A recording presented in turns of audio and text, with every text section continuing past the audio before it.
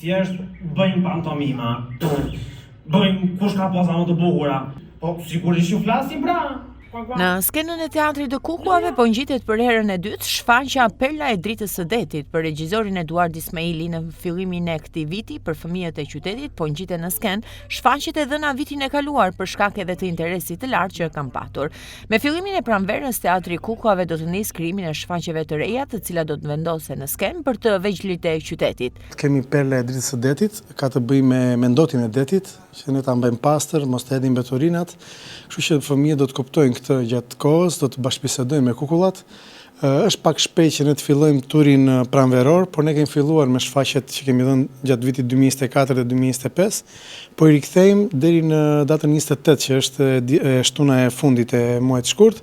Pastaj në mars do të fillojë rregullisht ajo pjesa jonë pranverore që ne bëjmë turi pranveror diku deri nga fundi i prillit. Dhe pastaj përgatitemi për në festivalet që është festivali i Pogradecit ose dhe ftesa tjera që do të vinë gjatë kohës që ne jemi këtu.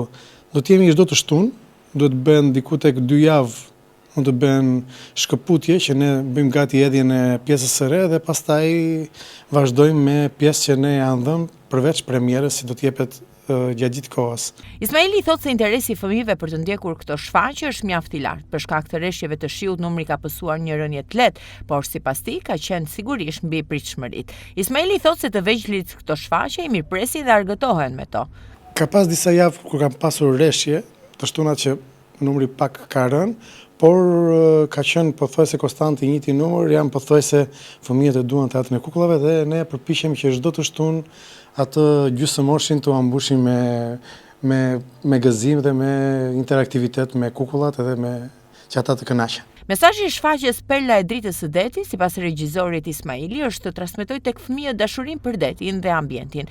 Dashuri që sipas tij tregohet duke mos e ndotur detin. Këto mesazhe sipas tij jepen nga goja e personazheve më të dashura për fëmijët që jetojnë në ekosistemin ujor apo ushqehen me detin si peshkatarët.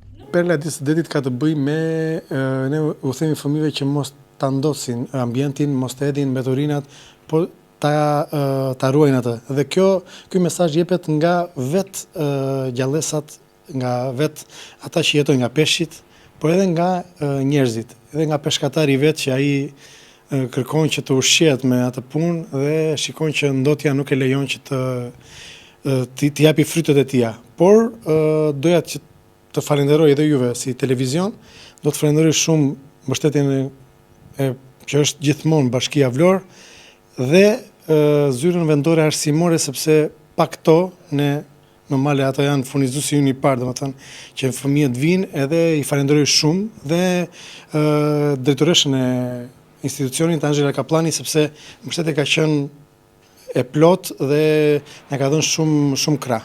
Ju falenderojmë dhe juve sepse keni qenë gjithmonë pranë me ato intervistat që keni marrë dhe ka qenë një publicitet shumë i mirë. Ju falenderoj shumë. Teatri i Kukullave, pjesë e qendrës kulturore edhe me mbështetjen e Bashkisë së Vlorës, realizon shpesh për të vegjëlit e qytetit shfaqje të ndryshme të cilat transmetojnë për të vegjëlit mesazhe të vëra.